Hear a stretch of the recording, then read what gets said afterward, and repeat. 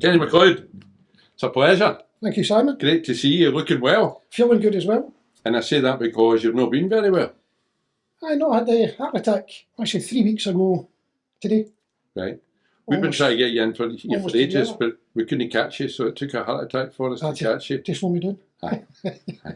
Do you want to tell us about it? The reason I'm saying that is because the demographic we are, our age group playing football, there's always a risk. We've got a defib there that we take over to the park with us all the time. It's never happened, touch wood, thank goodness. But there's probably a lot of guys that you play with that have had heart attacks, like myself. I think the same kind as you. Needed a stent put in. So tell us what happened. The build up to it as well, the few days before or whatever. I've been playing the football for best part of 10 years, reasonably fit, I feel. Playing away, we had the competition on the Friday. This was the Glasgow Cup. Aye. And fortunately I was in a good team when we got right to the final. We managed to win it. So it was quite a hard day from about 10 in the morning to 4 o'clock. Yes. It was my wife's big birthday weekend as well, so I was kind of... Anything before this? Any indication of ill health at all? No, nothing at all. Right. The only other time I've been in the hospital was when I was boarding. Other than that, I've never been in a hospital since. How long ago was that? It was about 52 years ago, maybe. Right. 1960 was the day. 4th of June 1960. So, I'd never any inclination whatsoever on the Friday. Felt great. Played the football. Normally I'd go home and we get a wee rest. But I should have been up in a lodge we booked in Loch Lomond for 3 o'clock. So obviously I've run late, so I was in trouble. Well, you had bad books right away. Right away, so that's what put pressure on as well. Yes. And loaded the car up. We were carrying. So you're blaming her, really? No, I couldn't do that because if she watches, she'll kill me. I'll have another heart attack. So I went away up on the Friday, went out for our dinner, family come up, we had a wee party. Got the Saturday, was in the hot tub in the jacuzzi, whatever, fine. Party to 4 o'clock on the Sunday morning. Because you won the Glasgow Cup? Oh, aye, it was a big celebration, aye. I didn't have my medal with him because to run away, so the family were all celebrating. And I was milking it a bit. Any excuse. And on the Sunday, I was up at 10 o'clock, and because the weekend, I'd feel a wee pain right there. In the centre of your chest? Just right in the centre, aye. No, nothing else. And it was a bit strange, and I left it for a while. And it was coming back, and came coming on and off. So I thought... Never felt it before? Never. Unusual pain? Nothing in the jaw, the arm, the telltale symptoms. Yeah. So I took a couple of tablets for indigestion, because I've never really had indigestion before. So I didn't know, like, I had heartburn. And you've been hitting the bevy all weekend? Aye. Plus, sauna, jacuzzi, then the football, I'm thinking, I'm just tired. Yes. I've kind of overdone it. So, sons were there, they were a wee bit concerned. So eventually I phoned the NHS away up Loch Lomond, explained it to them, and they thought possibly it might have been indigestion as well, because they got me to do different tests over the phone. Yeah. And I was quite content, went to bed that night, I had a good sleep, comes back, and it must have been about lunchtime on the Monday, come back again. But that's nearly 24 hours? Aye. It kind of disappeared, but they then come back, and it got painful. And I thought, same pain? Exact same bit right there, right in the middle. It was as though somebody had a thumb kind of pressing on it. Yeah. So I phoned my brother and take him down to the hospital. It got to about an 8 when I was in the hospital, because they ask you, about things like your pain, and they got to about an 8. So 10's really, really, really sore? Aye. Right. It must have been because the 8 was damn painful. So I took the blood tests and different things. This time I'm in my mind, I'm thinking it's no indigestion. What hospital were you in? I was into the Royal. Okay. So I'm thinking to myself, it can't be a heart attack because I'm fit. And I'm thinking, I've kept myself reasonably well all the time. And then they come back and they'll say, because I remember this happened with my wife 5 years ago, the endorphins are up in one of the blood tests, which indicates a heart attack. Okay. And I'm like, all right, fair enough. Right, I suppose I'm a bit of a shock, but I was more annoyed. How could I have had a heart attack? Yeah. Because I'm sitting, okay, they give you some medication, a bit of morphine, so you're not really feeling the pain as much, so you're just processing it. And then he says, right, we're going to phone the Jubilee and see how we're going to work with this. About 10 minutes later, he says, right, we're going to take you in the now. I'm thinking, right, okay, fair enough. So I'm trying to text the wife and my sons, can I get a signal and whatever. They're still partying? Eh? They're still partying? No, they're well, I don't know what they were doing. No, I'm telling you. No, Are you telling me? Aye, they phoned a few of us by then you come over. They must have been fed up with me singing all weekend. So anyway, goes on the ambulance, and then the blue lights and that going on. The blue lights one says, anybody has a heart attack, going to blue light, and I'm thinking, all right, I feel okay. And I remember the ambulance boy says, we're not going to go the Clyde Tunnel or whatever because the roads are all bumpy. We're going to go the Erskine Bridge. And I'm thinking, I was going to swear this. It's a long way that to go. That must be all right. Comes all the way over. And then comes out the ambulance, and then they takes me into Jubilee. I remember passing by, I could see one kind of operating theatre there, another one. And then the next one, they wheeled me straight in it. Right. And I'm thinking, no hanging about. Hanging about. But I remember when my wife hit up, she get in and she get monitors on, and she had to sign a disclaimer. Right. 1 in 500 will have a stroke, 1 in 1,000 will die. And I'm thinking, oh, geez, what's going on here? Lifting me right onto the bed, and then straight in there, I felt a scratch, and then I wasn't sedated or whatever, and I was awake through the whole process. You weren't sedated? No, I was awake through the whole thing. But you're sedated, but you're not out. Well, I wasn't. Yeah. Obviously, there was maybe something on my arm, but I didn't feel any difference. I was wide awake through it all. And I didn't feel anything other than a wee scratch on my arm. Did not tell you what they were doing? No, they just took me straight out and started. But see, when I say I panicked a wee bit, my wife went through that 5 years ago. But she had serious consequences because she went into cardiac arrest around it. Right. So this is my mind. I'm lying in the bed and oh, jeez, it's all going through my mind and whatever. And then all of a sudden, I could hear them all speaking. And they said, right, that's you done.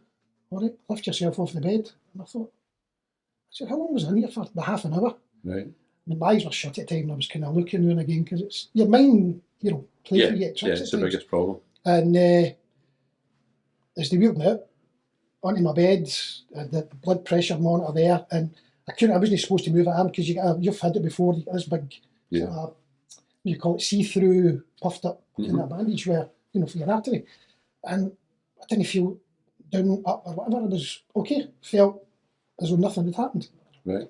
So that's when I phoned my wife and whatever. One stent in, Kenny? One stent put in, yep. Phoned my wife and that, they couldn't believe, which when you've had it done already, it was just as quick as that. Yeah. And that was me, it was no problem. I was sitting up, wasn't sleeping or nothing. I was pretty fortunate. Yes. Yeah. I think once they decide with all the tests, and it takes hours, that's what's strange, it takes them a while to come to the conclusion, then it's bang. You do it as soon as possible. Well, I was in there, and it must have been, time I went into the Royal, was maybe back at 12, and I was up in there, through then up to the Golden Jubilee, and I was in my bed for just after 3 o'clock, and I had it done, so that was within a couple of hours. Right. Can you explain what a stent is? What it is, it's like a pipe, just like a pipe as such, and the way they explained it to me, it's like plaque, or it furs up and it gets clotted. Something you're clotted up and it's just and you're up to it. So what they do is they put this it's like a wee gauze. They put it in it's on a wee rod that goes up your arm, it goes in, and then a balloon inflates it and it opens up your artery. And then the blood flows through just as it should be doing. And it's half an hour, one stent was in. I don't know if it's any longer if you've got more stents. Certainly, if the way they explained it to me, there's kind of 3 main arteries in your heart, which they're the ones that maybe tend to clog up, if I can remember correctly. And I was fortunate it was only the one stent in, and absolutely no problems after it, really. The medication? Medication at the moment is a tablet called Tigagragol, because you could suffer possibly for blood clots. That's on for 6 months. Right. On an aspirin to help thin the blood. And there's a statin which helps to keep cholesterol low as you get older. And there's another one that they give you is Ramipril, which is primarily a blood pressure tablet. But they were saying I didn't need it for the blood pressure, but that's good for the heart muscles, and it relaxes the veins. It keeps them a bit more kind of, my terminology is supple. They're no hardened up as things like that, so the blood flows, because the idea is keep the blood flowing. And according to that, after it, the surgeon came up, everything went well, no damage to the heart. Okay. How long ago was this, Kenny? This was 3 weeks ago today, almost to the other, really. Right.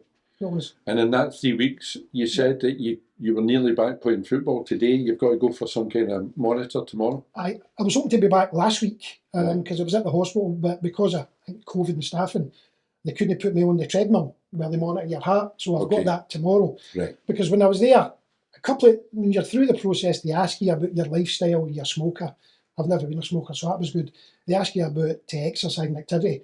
I'm quite fortunate. I've always been active, but in the last best part of 10 years I've been doing a lot of football. Yeah. And they said that's really put me in a really good position health-wise, because my heart and everything's, the blood pressure and the resting rate, resting heart was all really, really good. Yeah. You know, for somebody my And age. you've got a core fitness. Aye, which But is all now right. that you're back out again, you Yeah. can get back into exercise again. You're not starting from scratch. No, well, I'm hoping because I've been active through the walking football, it's put me at a really good. I'm not starting like somebody who's maybe been a wee bit, let's say, not maybe been very active. I'm probably, say 50% ahead of anybody's maybe had that because I've been active all the time. Yeah. Because what they have said to me was, there's no problem, because I play sometimes golf, I play bowls, walking football, whatever, and they said there's no reason why you can't resume that. Right. Are you any good at any of them? Keep trying. But did the doctor say whether you'd be able to pass the ball or not? Would that still be an No, option? it said something about how you shoot them. I was hopeless. Aye. So Will that be any better? No. Yeah, probably no. I was going to say, recommend the I might go operation. and see a psychologist. Maybe he maybe put something. So let me just pin this down, Kenny, Yeah. because the important thing is the symptoms beforehand. Yeah. All there was that pain. It was just that weird one wee pain there. Did anybody say you looked unwell? No, Nothing? nothing at all. See, my family were all there, Mhm. and I said to him, God, I'm not feeling too good. You know, I'm indigestion. Well, I should take a glass. Did of you milk. feel a bit squeezy, a bit off? No, just that was a wee bit. And when that came on, I would have said that was about a pain level of 4. I've never Okay. had that before, and I'm thinking, because I'm putting that together with the Friday, Mhm. because it was quite a hard session on the Friday. So the key was It was phoning away. NHS, do you think? Aye, and to be honest, with you, the NHS did say to me, I'm away up in McLeod's, said, listen, if you're concerned, you'll need to come into action emergency. Yeah. But the pain went away again. Right. And I had a wee inclination in the back of my mind, so I said, right, don't exist. My wife's birthday as well, 16. I didn't want to spoil it either. I didn't want to have a heart attack to spoil either, but I didn't want to bring it on. So I kind of just took things really, really easy. You know, I wasn't pushing myself. So I just take it, because I had a wee half bit in the back of my mind. I've maybe overdone it a wee bit, because I was drinking as well and partying and being late. 4 in the morning. And you've got to think, you get over a certain age, your body doesn't recover as well. I'll take your word for that. You know, well, testament to that. But when that came back on the Monday, I was like, no, I need to go and get this checked out. You know, because it's So that's the message, really, isn't it? If you're feeling off like that. never. I woke up in the morning and I was having a heart attack, but I didn't know it. Yeah. Didn't know anything about it because my jaw was sore All right. and I felt a bit ill. But I thought, I'll just have another hour. Aye. Right? Yeah. And I did. And then I got up, my car was booked in for an MOT. Mhm. So I got to the garage, gave them the keys, had a chat, and I was having a coffee. And a guy came out and he said, "You all right, big man?" And I said, "I'm fine." How? He says, "You look a funny colour." I didn't know.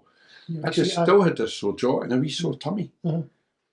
But I was concerned enough because of him saying that. I phoned the doctor and said, "Can I get an appointment?" Thinking I might get an appointment in the next week or 10 days. Do you know what I mean? Yeah, aye. And the receptionist said, "What's wrong, Simon?" Because they know you. And I told her. She said, "Tell you what, come in and see him this afternoon. I've got a wee space at 3 o'clock." The minute I walked into the doctor's surgery and he took my pulse, hospital. Could tell right away. Aye. Yeah. And by about 5 hours later, I'd had the operation like you.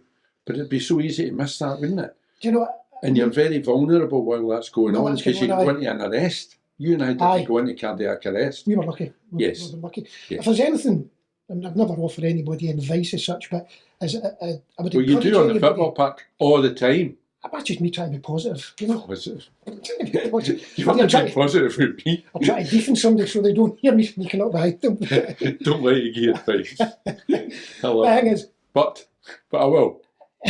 anybody, you know, whether you're man or woman or whatever, if you get anything at all, don't underplay it. I mean, I did a wee bit, and I don't know if it's a thing that's inbuilt into us a wee bit. You don't want to admit to maybe being ill or whatever, but don't ever be, because, see, where your life's concerned, you can't afford to take the chances, and you're better being safe than sorry, because I'm lucky.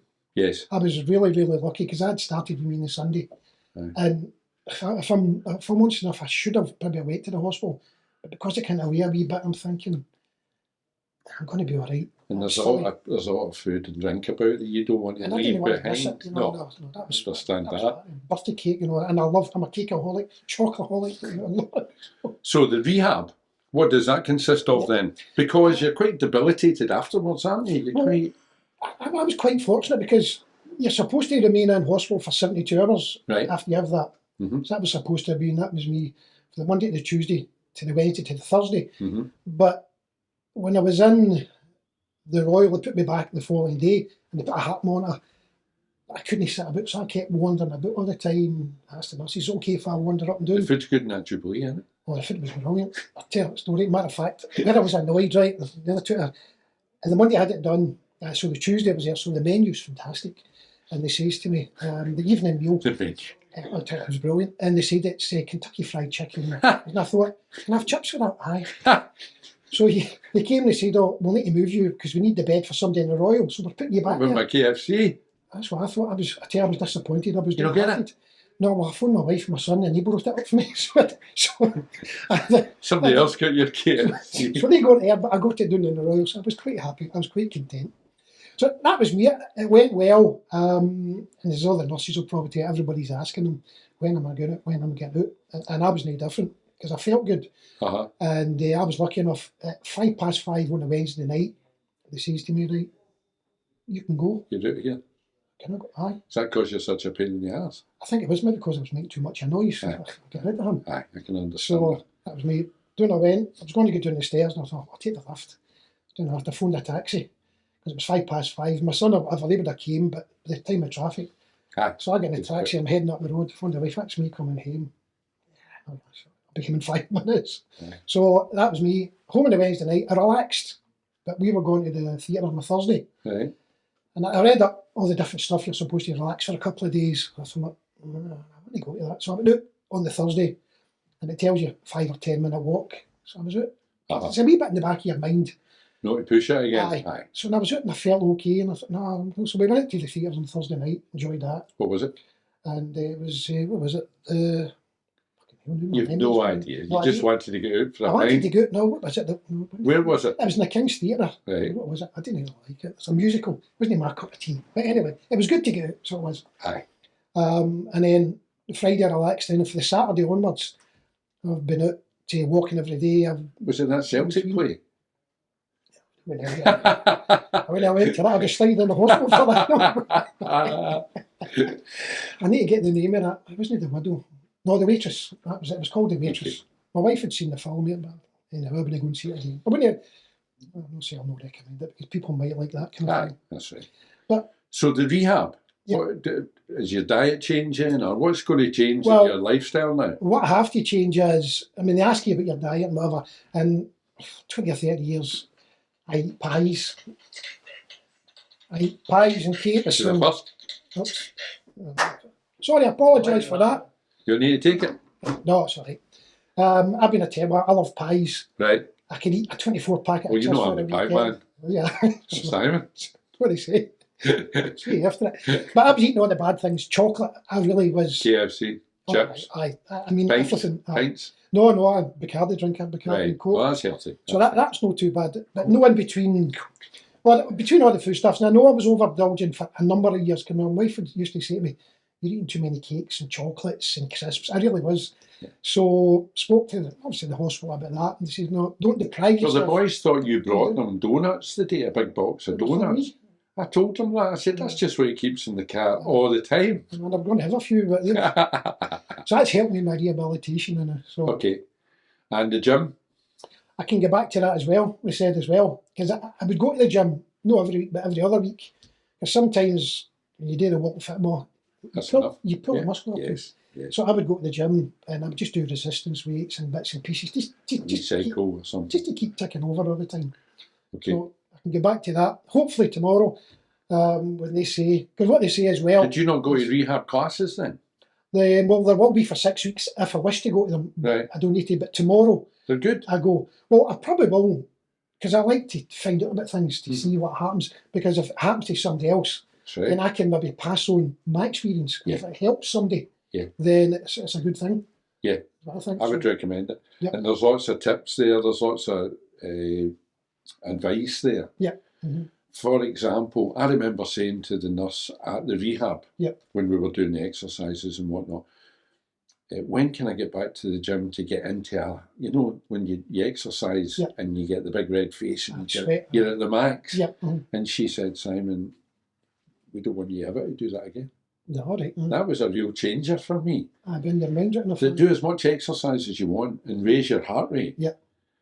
But you should still be able to talk, perhaps, or you're not busting a gut.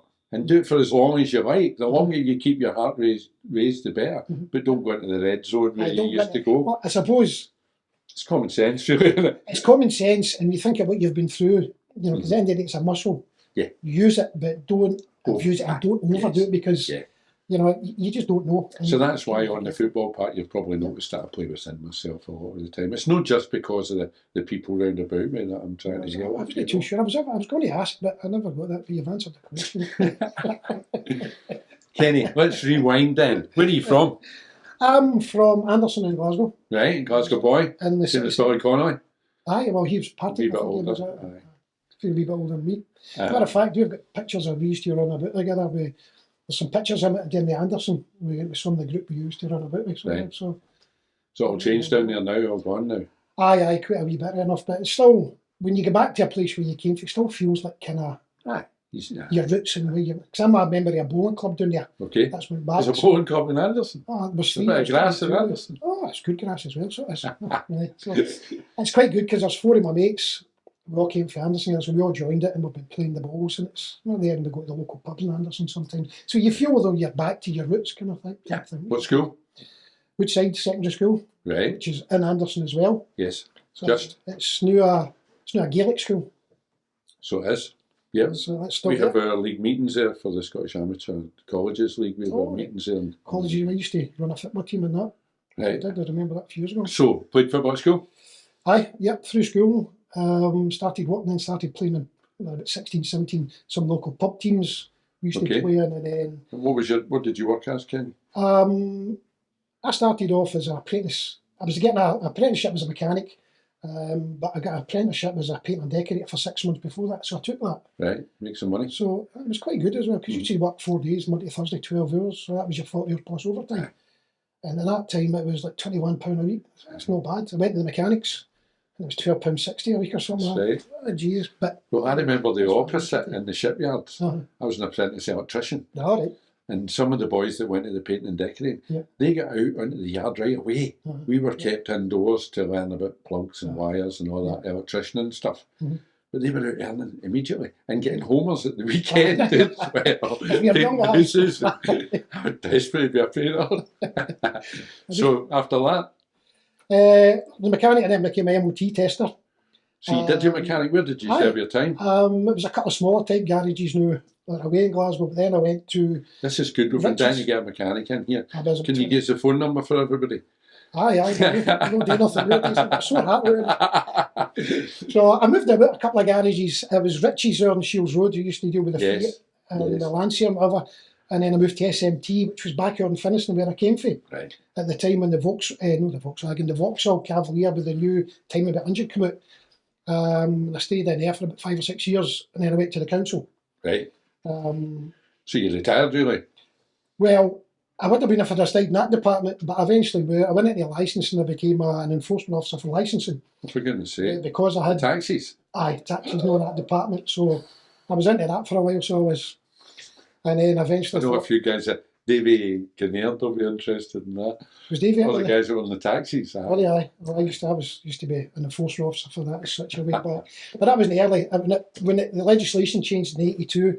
Right. I came into that, and then eventually I left the council because of too much grief and hassle. I thought so. Then went into the private sector. I actually bought into a taxi firm. Right. So I did. So kind of game. So I'd done that for a number of years, and just worked away. Did you drive taxis as well? No, I never did at the time. I just always bought into a firm and then run. I sold it away in 2008, 2009. Okay. I kind of semi-retired for a bit, but all my pals were working, so. Somebody knew they had a taxi firm out to West Lothian, so I bought into that in Edinburgh. I picked it up. And then you found walking football? And then that's when I found it first through in Edinburgh, because in Glasgow it didn't exist. Did you play football right through? Well, I was running football teams. Right. And I was still registering myself and still playing occasionally. Okay, what was the teams, Ken? Used to be Saturday morning, Saturday afternoon. There was a team. That's how you know the Colleges League. Aye. Saturday morning. Saturday morning. Aye. But that time we were running it at the time. What was your team? It was Anderson. All It right. was Anderson, we got put out the league right enough. We done well, we took it ours. I think we were both in the second division, and then we either won it or we got promotion into the first, and we got in a couple of cup finals. Then you get kicked out. And then we had a good team, but a couple of the boys were a bit naughty in the days, and a bit silly. And at the end of the day, we would get thrown out because of the discipline type thing. And what happened at the court case? So I never turned up. So that was an experience. We tried to get back in, but I remember I was at Donny. I think he's still there. There's a few other guys. Donny Brooks. Donny Brooks, aye. I'm changing his place this summer. You take there for Donny? We'll do it together. All right, aye. Because I remember, he was always the mainstay of that way back. Yes. Because they used to have their meetings in Bothwell Street. It was at the Eagle Building. Industrial Tribunal building. I used to go in there. And we were in the dock a couple of times because we were players, but it's another story. We're in the Gaelic school now, and we had a meeting here right. in Easter holidays. Oh, we had right. it across the road. Mhm. So it's still going. Sometimes I've looked at the different leagues I'm involved in, and I see some of the teams that are still there, and obviously some's fallen. Cup final this Saturday, Clydeside and the Islands, Glasgow Islands. Glasgow Islands, and they come for the Park Bar just up at That's right. Anderson, isn't it? Yeah. They've been there for a long, long time. And Davy Kinnair's boy used to play for them. All right. Davy's boy was a good player. So I was speaking to Murdo, who runs Glasgow Islands, and I said, I was speaking to a Davy Kinnair that knows you. Mhm. And he said, what a player he was. And he saw my face, and I said, oh, you mean his son? So Davy and I still laugh about it. So always involved in football, Kenny. Always And what about playing in those days? Aye, Training and stuff with the boys? I used to always play Saturday morning, Saturday afternoon in the various, Scottish Amateur, the West of Scotland at the time as well. Yes. Played on the Sunday, and then there was leagues during the week, on a Tuesday and a Thursday. What was your position? My ideal position was always left back. Every Okay. time I went to a team, I always get put in the midfield because I was always fitness, and I could talking. I could always get up and down and whatever. And as you get older, you get into sort of centre defence and play kind of sweeper and things like that. And because I kind of talking at times as well. So you're joking? Some say. Yes, Dylan. So when did you first hear about wanting football? You said you heard about it in Edinburgh. It was in Edinburgh. My co-director. He was a semi-pro in Australia, and he was back. And what he said was, he says, it's out at Tynecastle. He says, it's seniors football. Right. Seniors football. He says, these guys who are 50. So, all right, we'll go to that then. And what were you at the time, just in your 50s? I was just about 51, 52 at the time. I thought, right, so we went along. I was at Tynecastle, the big bit of grass next to it. Right, I know that. I tell you, just see that they used to have 4 parks. They were all made out, obviously, sometimes you'd make them out. It was just fantastic. So it was. See the number of guys that was there. Right. And it was really good. One of the best things ever. Was that the same rules as we play now? The C-touch? No, at that time, it was just, you're playing. It was walking. But it was walking. But we're all running. Again, there was guys like me, maybe in my 50, because I was fit. I'm a bit fit on some other ones, but what I noticed over the periods, some of the guys, see if they kept going, their level came up. Yes. And where I'd be able to zip by them, it was getting harder and harder. So the competition level was really, really good. Yeah. And it was really benefit to everybody. I don't think Walking Football Scotland existed at that time. No, it didn't. Because you were run right at the start. It was right. I think it was either 12 or 13, 2012, 13 they started playing. Because I think the first competition was in Spartans. It was away in Edinburgh. Right, yes. Because I was at that time. Right. We got to, we beat the semi-final. I missed a penalty, we were known then. What was the Edinburgh connection then? Because I was out that way with the taxi business. And it was out there, so I was out that way. And my mate, he was a highway. Right. He wasn't going to go to the Hearts at the time, but he did because of the football. And the best thing ever. And then, because I lived in Glasgow, I eventually found out there was one here, it was Glasgow Green. Yes. It was only on a Wednesday, I think at 10:30. Something like that. So there was nothing else. So I started, because I was in the bowling club, we started playing it on a Saturday morning. Right. And Scotland Street, it was the indoor pitches in there. Right. So we would go there at times, we'd do that for 11, Who's we, just you and some of the boys? Some of the boys in the bowling club. Aye, and we'd go there and we'd do that for 11 to 12. And then we'd go to the bowl and have a drink after and play bowls and have a merry wee drink. So that was really good. The bowls is really just a cover, isn't it? Yeah. I keep fit, I go to bowls. I drink like fish, that's where that translates. Well, if you want to, but... Where's the bowling club? At Sanderson's, St Vincent Right, Bowling Club down there. So. Yep. So, walking football, Yep. 10 years. You've been pretty consistent through Yes, that. best part of 10 years. I've been, apart from the odd injuries you get in the pulling the muscle. Yeah. And no turning up was the odd time. Sunday mornings. Sunday mornings. And a few medals, Kenny. you know, I've been fortunate because when I played with the Hearts boys, you know, there was a really good squad of boys, a good team. And the longer you play in a team together, the more you read it all. In the Glasgow life, I've been quite fortunate. There's a good bunch of guys and a lot of good players. Yeah. Chris, you've played it as well as, you know, and it's good. Good players now. Aye. You know, now, the last couple of years, I mean, I remember coming into it and there's a good bunch of boys, so they're a good standard. Yeah. Not just them. Yeah, I can see them all, you know, but I think at the moment we've got a wee edge, I think. Well, I've got a wee theory that I'll bounce off you. It's just a recent theory. All right. It's something I've been saying to some of the Pollock boys, because you're saying there's good players. Yep. And I've got a wee theory that good players don't make good walking footballers. You can be a good footballer. Yep. It doesn't make you a good walking footballer until you adapt to the C-touch. Read the game. And start putting the body feet and moving and what's made Glasgow the team it is. It's been playing together for so long. Because you see it, there's when you say passing, moving and walking, but it's keeping the move all the time and being there, not holding the ball too long with somebody all the time. Always give somebody the ball, keep it moving all the time. Yeah. And we've been quite fortunate with the guy. I think because we've been playing together for a good few years now. And all the players, they'll play well, so they do. It also helps that they moved the goalpost to suit Glasgow Life as well. Yeah, we've got to take any advantage of it. Because it was over 65s, over 50, over 65. All right. And they thought, wait a minute, all the 50s, like you, have just turned 60. So we'll make it over 60.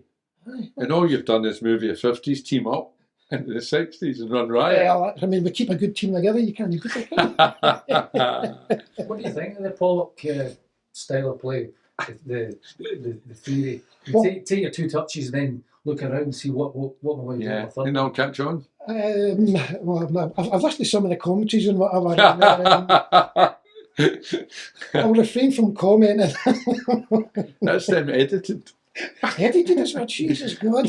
Somebody said to me, see the last one that I commentated the Pollock Glasgow game, and somebody said to me afterwards, that was really funny. You being sarcastic. I wasn't being. I was being deadly serious.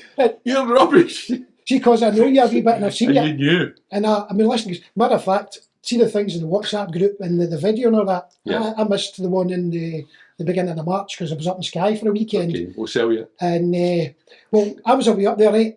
And you miss it, but see, because of that, and obviously I think it was posted to see some of the games because I remember, I'm sure it was at the Sunday or whatever. And you're looking back and you're seeing it. Yeah. It keeps you involved. You can see the stuff going on. And some of your comment, your comment, well, I can understand where you're coming from, but it was great because it keeps you in the loop. You know what's going on all the time.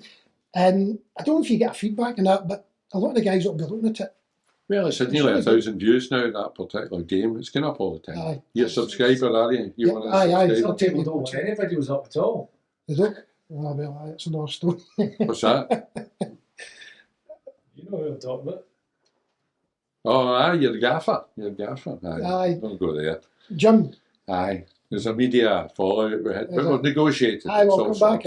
It's pressure. He's managing a successful team at the moment, so you know what I mean. So what about the football? Were you there yesterday? No, there was only 800 there wasn't there? No, we were doing the club watching it, and I was pleasantly surprised. Second half ended up quite good. I suppose a fair result at the end of the day. I'd prefer the Rangers win, but at the end of the day, it was good. Getting into this game on Thursday. Yeah, it's the morale lifting. You know, good. Some folk are saying they shouldn't have fielded a full strength side yesterday and gave it all day. I always believe play your strongest team to win every game you play in. I don't think you can it's hard. drop a level. You've got to keep the level up. Yeah, you've got to. I mean, even the walking football, any kind of football, you can't switch on and off. You've got to just keep trying going the same thing all the time because when you got form, you got form. Yeah. You know, there's no magic switch you can switch on to turn on. So keep going. And if they win on Thursday, it'll make their season all worthwhile. Everybody will be kind of happy then, won't they?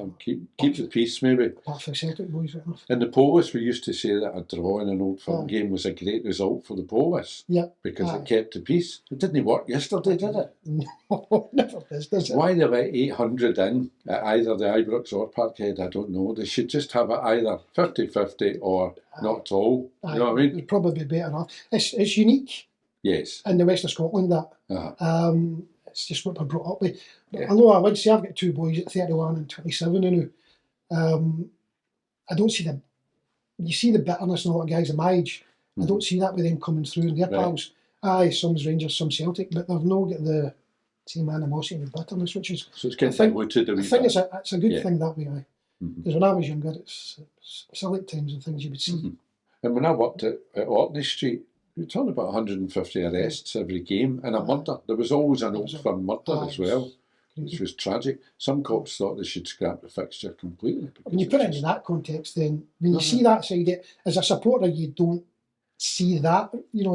But when you're the sharp end, you think, is it really worth it? And it's not really, because you know somebody murdered. There's a family there. There's all sorts.